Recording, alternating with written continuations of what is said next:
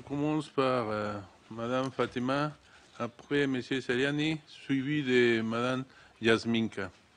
Fatima, vous avez la parole.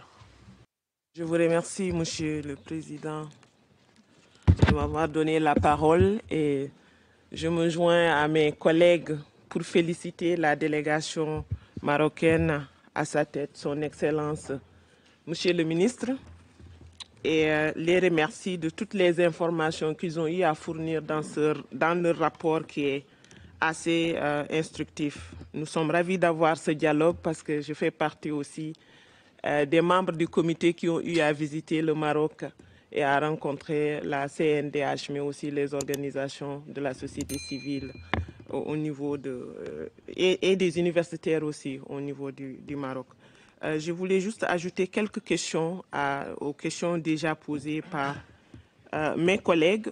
La première concerne les milliers de migrants marocains qui ont été expulsés de l'Algérie dans les années 75.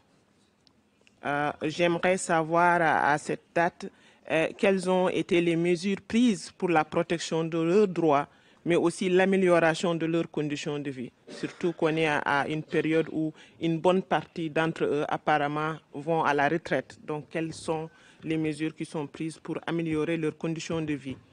Quelles ont été aussi les mesures prises par le gouvernement du Royaume du Maroc pour faciliter la restitution de leurs biens ou faciliter leur dédommagement par le gouvernement algérien, vu les conditions dans lesquelles ils ont eu à quitter, par exemple, l'Algérie? Je vous remercie, Madame l'experte, Madame Diallo, d'avoir posé cette question sur les familles expulsées d'Algérie.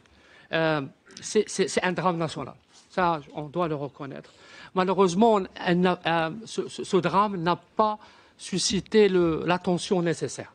C'est 45 000 familles en 1975 qui ont été expulsées en un espace de moins d'une semaine. Et je m'excuse pour l'émotion, c'était au cours d'une fête religieuse très importante, c'est-à-dire dans le monde musulman.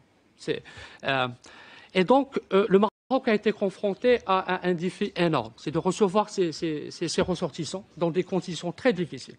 Et c'est ce qui a été fait. Dans des conditions difficiles. Je passerai un certain nombre de détails, mais c'est-à-dire le plus important, c'est que la société a pu absorber ces familles, notamment et dans la mesure où, ce qui a été mentionné par rapport aux retraites, il y a eu une intégration systématique et même, c'est-à-dire privilégiée par rapport à tout ce qui est emploi public, pour qu'il y ait accès dans différentes sphères de l'administration marocaine. Et maintenant, on est en phase où ces personnes sont à la traite. Bien sûr, ils bénéficient de tous les bénéfices qui sont reconnus aux fonctionnaires et autres salariés marocains.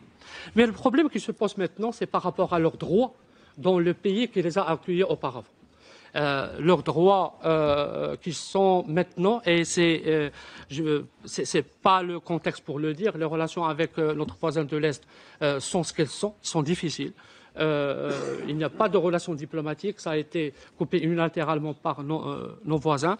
Et je vous invite, si je peux me le permettre, justement à ce que ce comité, mais également, c'est-à-dire comme la question qui nous a été posée, qu'il puisse être posé également à l'autre pays qui est concerné, pour que justice soit faite. C'est des êtres humains. Maintenant, on est au niveau du gouvernement marocain, on est quand même à un stade où il y a un devoir de mémoire, et c'est un chantier énorme sur lequel il va falloir travailler avec l'ensemble des parties prenantes, justement pour documenter, pour que cette mémoire soit rendue à ces victimes. Pour rester informé, je vous invite à regarder les vidéos Maroc 24 qui s'affichent sur votre écran.